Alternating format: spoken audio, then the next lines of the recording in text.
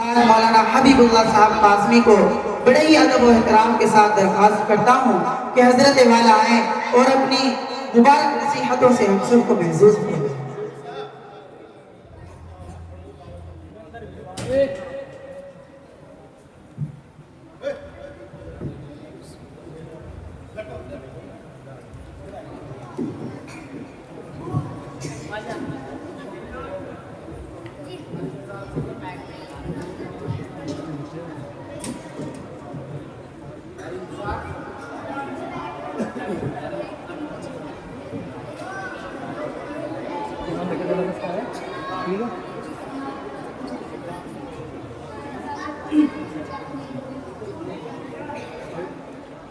بسم اللہ الرحمن الرحیم.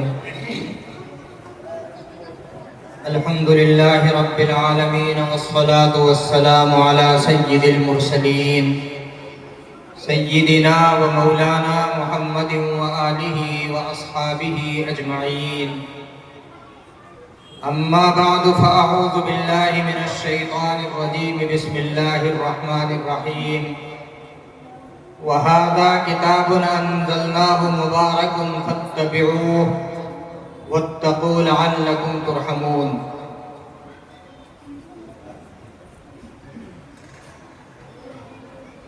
حضرات علماء کرام اور ہم سب کے پیر و مرشد حضرت الحاج مولانا محمد سلمان صاحب دامت برکاتہم استاد حدیث دارالعلوم دیوبند اور خلیفہ مکرم حضرت الحاج پیر ذوالفقار علی صاحب دامت برکاتہم اور حضرات سامعین، آپ حضرات کو معلوم ہے کہ آج کا یہ عظیم الشان پروگرام قاری تنویر صاحب کے 2 بچوں کے حفظ قرآن کی خوشی میں منعقد ہو رہا. ظاہر ہے کہ یہ بہت بڑی دولت ہے. قاری تنویر صاحب نے اپنے بچوں کا ذہن بنایا، ان کے لیے کوششیں کی اور ان کو قرآن کریم حفظ کرنے پر لگایا. اب ان کے استاذ کی محنت اور خود بچوں کی محنت کہ وہ آج الحمدللہ حافظ قرآن بن گئے ہیں، اور ان بزرگان دین کے شرکت کے ساتھ ان کا تکمیل قرآن پاک ہوگا. قرآن کریم یہ اتنی عظیم دولت ہے کہ اس کو جتنا پڑھا جائے اتنا ہی کم ہے، جتنا اس سے تعلق اور رابطہ رکھا جائے اتنا ہی کم ہے. قرآن کریم نبی اکرم صلی اللہ علیہ وسلم کے اوپر اترا اور ایک بہت ہی معزز فرشتے حضرت جبریل امین علیہ السلام کے ذریعے اترا. یہ اللہ کا کلام ہے، اس کے لیے جتنے مقامات طے کیے گئے وہ سب قابل احترام ہیں. شخصیت بھی مبارک ہے، لانے والے بھی مبارک ہیں، اور جس شہر میں یہ قرآن کریم اترا وہ بھی مبارک ہے. مکہ مکرمہ مبارک شہر ہے.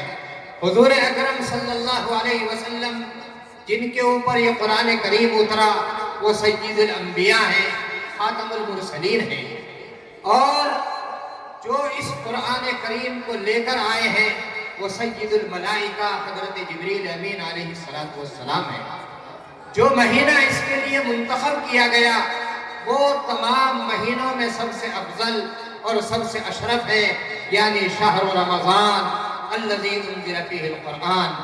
اور پھر جس رات میں یہ قرآن کریم آسمان دنیا پر آیا ہے وہ شب قدر ہے، جو تمام راتوں میں سب سے افضل ہے. انا انزلناہ فی لیلۃ القدر. تو یہ قرآن کریم کی عظمتیں ہیں، یہ قرآن کریم کے مقامات ہیں. ہم سب اس قرآن کریم کے پڑھنے کے محتاج ہیں، اس قرآن کریم سے تعلق کے محتاج ہیں. یہ سب جو مجلس سجائی گئی ہے اس قرآن کریم کی عظمت میں سجائی گئی ہے. اگر یہ قرآن کریم اتنا عظیم نہ ہوتا تو یہ اتنی بڑی مجلس نہ سجتی، اتنے بڑے حضرت کو نہ بلایا جاتا۔ صرف اور صرف قرآن کریم کی نسبت پر حضرت والا کی حاضری ہوئی اور ان اکابر علماء کی حاضری ہوئی۔ ان لوگوں کے پاس اتنا وقت نہیں ہوتا کہ یہ کسی محفلوں میں جائیں، صرف قرآن کریم کی نسبت نہیں۔ ایک مرتبہ مدراس میں قرآن کریم کی تفسیر مکمل ہو رہی تھی، حضرت مولانا قاری محمد قاسم صاحب انصاری وہاں کی پیرامڈ مسجد میں تفسیر کر رہے تھے، تو ختم تفسیر قرآن کا ایک پروگرام تھا۔ حضرت مولانا سید ابو الحسن علی میاں ندوی نور اللہ مرقدہ کو دعوت دینی تھی۔ آپ سمجھتے ہیں کہ ان کے پاس تو باہر جانے کا بھی وقت نہیں تھا، بڑی عظیم شخصیت تھی، مگر انہوں نے فرمایا کہ قرآن کی نسبت نہ چلو۔ تو قرآن کی نسبت پر آپ لوگ آئے، حضرت والا آئے، علماء کرام آئے، یہ سب کے لیے سعادت کی بات ہے۔ قرآن کریم اتنی اس کے اندر لذت ہے، اس کے اندر اس کی اتنی تاثیر ہے کہ ہر آدمی قرآن کریم کی طرف کھنچتا چلا جاتا ہے۔ جو لوگ قرآن کریم کو ماننے والے نہیں تھے، رسول اکرم صلی اللہ علیہ وسلم کے زمانے میں اس قرآن کریم کی بڑی مخالفت ہوتی تھی، اسلام کی بڑی مخالفت ہوتی تھی، خود حضور صلی اللہ علیہ وسلم کی بڑی مخالفت ہوتی تھی، لیکن اتنا لذت والا کلام تھا کہ وہ غیر مسلم، وہ دشمن اور وہ کفار چھپ چھپ کر قرآن کریم سننے کے لیے مسجد حرام کے پاس آیا کرتے تھے، چھپ چھپ کر آیا کرتے تھے اور حضور اکرم صلی اللہ علیہ وسلم کی زبان سے یہ قرآن کریم سنتے تھے۔ ایک مرتبہ عتبہ ابن ربیعہ حضور اکرم صلی اللہ علیہ وسلم کے پاس پورے قریش کا، پورے کفار کا نمائندہ بن کر آیا اور آ کر کہنے لگا کہ آپ سے ایک درخواست ہے، آپ اپنا یہ مشن چھوڑ دیں، قرآن کریم کو پھیلانا چھوڑ دیں، اسلام کی تبلیغ چھوڑ دیں اور جو چاہے آپ لے لیں۔ اگر آپ کو مال کی ضرورت ہے تو سارے عرب کا مال اور خزانہ آپ کے قدموں میں ہم جمع کر دیتے ہیں، اور اگر آپ کو کسی اچھی نیک صورت اور بہت ہی خوبصورت عورت سے شادی کرنی ہو، اس لیے آپ یہ کام کر رہے ہو، تو عرب کی سب سے خوبصورت عورت آپ کی خدمت میں پیش کرتے ہیں، اور اگر آپ بادشاہ بننا چاہتے ہیں اس اسلام کی تبلیغ سے، اس قرآن کریم کے پیغام کو پھیلانے سے، تو ہم آپ کو اپنے بادشاہ تسلیم کر لیتے ہیں، آپ کو اتنی محنت کی کیا ضرورت ہے؟ حضور اکرم صلی اللہ علیہ وسلم نے فرمایا کہ اچھا میری تو بات سنو، کہ ہاں آپ سنائیے۔ تو آپ نے سورہ حامیم سجدہ کی چند آیتیں اس کے سامنے تلاوت کی، تو وہ اتنا متاثر ہوا کہ چپ چاپ وہاں سے نکل گیا اور اپنے لوگوں کے پاس جا کر کے کہا کہ محمد جو قرآن کریم پڑھتے ہیں وہ اللہ کا سچا کلام ہے، اس میں ذرہ برابر کوئی شک و شبہ نہیں ہے، اس لیے اس قرآن کریم کے ماننے والے بن جاؤ۔ بعد میں عتبہ ابن ربیعہ مسلمان ہو گئے۔ تو اس قسم کے واقعات تاریخ کی کتابوں ملتے ہیں، سیرت کی کتابوں ملتے ہیں۔ سیرت ابن ہشام ایک کتاب ہے، اس میں حضرت علامہ ابن ہشام نے ایک واقعہ نقل فرمایا کہ ایک مرتبہ ابو جہل، ابو سفیان اور اخنس ابن شریح، یہ بڑے بڑے کفار تھے، یہ دن میں حضور اکرم صلی اللہ علیہ وسلم کو گالیاں دیتے تھے، ان کے کلام کو برا بھلا کہتے تھے، لیکن ایک دن ان تینوں نے چھپ چھپ کر ایک دوسرے سے چھپ کر حضور اکرم صلی اللہ علیہ وسلم کا کلام سنا، قرآن کریم سنا۔ مسجد حرام میں آپ قرآن کریم پڑھتے تھے، تو یہ لوگ آ گئے، ایک ادھر بیٹھ گیا، ایک ادھر بیٹھ گیا، ایک پیچھے بیٹھ گیا۔ رات اندھیری تھی، قرآن سننے کے بعد جب یہ صبح کو نکلے ہیں تو تینوں کی آپس میں مڑ بھیڑ ہو گئی۔ بھئی تو کہاں؟ میں بس آ گیا تھا۔ ارے صبح تو آپ نبی کے شان میں گستاخی کرتے تھے، نبی کو گالیاں دے رہے تھے، اور آج پھر یہاں آ گئے، ان کا قرآن سننے کے لیے آ گئے، یہ کیا بات ہے؟ پھر تینوں نے وعدہ کیا نہیں اب نہیں آئیں گے، یہ محمد اچھا آدمی نہیں ہے، یہ اس کا کلام اچھا نہیں ہے۔ پھر اگلا دن ہوا، اگلے دن پھر آ گئے، اور ایک دوسرے کو پتہ نہیں، ان کے دل میں ایسی لذت محسوس ہوتی تھی اس قرآن کریم کو سن کر کے کہ وہ بے قابو ہو جایا کرتے تھے آنے کے لیے۔ اگلی رات پھر آ گئے اور پھر ایک دوسرے سے چھپ کر کے بیٹھے، لیکن اندھیری رات میں جب چلے تو پھر دونوں تینوں کی آپس میں مڑ بھیڑ ہو گئی۔ بھائی تو کہاں. پھر وہی بات، پھر ایک دوسرے کو برا بھلا کہنے لگے. تو دل میں تو ایسی بات تھی، تم ایسی باتیں کہہ رہے تھے اور اب ایسی باتیں کر رہے ہو. قرآن کریم سننے کے لیے آ گئے، کیا اب نہیں آئے گے؟ تیسرا دن ہوا، تیسرے دن پھر ایسے ہی آ گئے. یہ لذت ہے نبی کریم صلی اللہ علیہ وسلم کے کلام پاک کی، قرآن پاک کی لذت ہے. اس کی طرف کافروں کے دل کھنچتے تھے اور وہ متاثر ہوا کرتے تھے. چنانچہ تیسرے دن آئے. جب 3 دن ایسی حالت میں گزر گئے تو اخنس ابن شریح ابو سفیان کے پاس پہنچا، ابو جہل کے پاس پہنچا کہ بات کیا ہے، تم لوگ دن میں گالیاں دیتے ہو اور رات میں وہی قرآن کریم سننے کے لیے پہنچ جاتے ہو. تو کہنے لگے کہ بات تو یہ ہے کہ قرآن کریم ایک اچھا کلام ہے، اس کی طرف دل کھینچتا ہے، اس لیے قرآن کریم سننے میں جو ہمیں مزہ آتا ہے اس وجہ سے ہم وہاں چلے جاتے ہیں، لیکن ایمان نہیں لاتے، کہیں ہماری سرداری ختم ہو. لیکن ابو سفیان کو بعد میں اللہ تعالیٰ نے توفیق دی، وہ مسلمان ہو گیا. ابو جہل مسلمان نہیں. تو اس طریقے سے قرآن کریم کے اندر اللہ تبارک و تعالیٰ نے لذت رکھی ہے اور اثر رکھا ہے. آج بھی یہ قرآن کریم اسی طریقے کے ساتھ اور انہیں حروف کے ساتھ، انہیں نقطوں کے ساتھ، انہیں عبارات کے ساتھ ہمارے درمیان محفوظ ہے.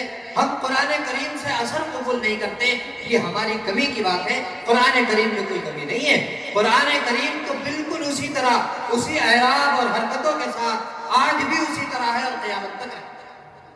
ابن مقنع ایک بہت بڑا شاعر بھی تھا، بڑا صحافی بھی تھا، بڑا ادیب تھا.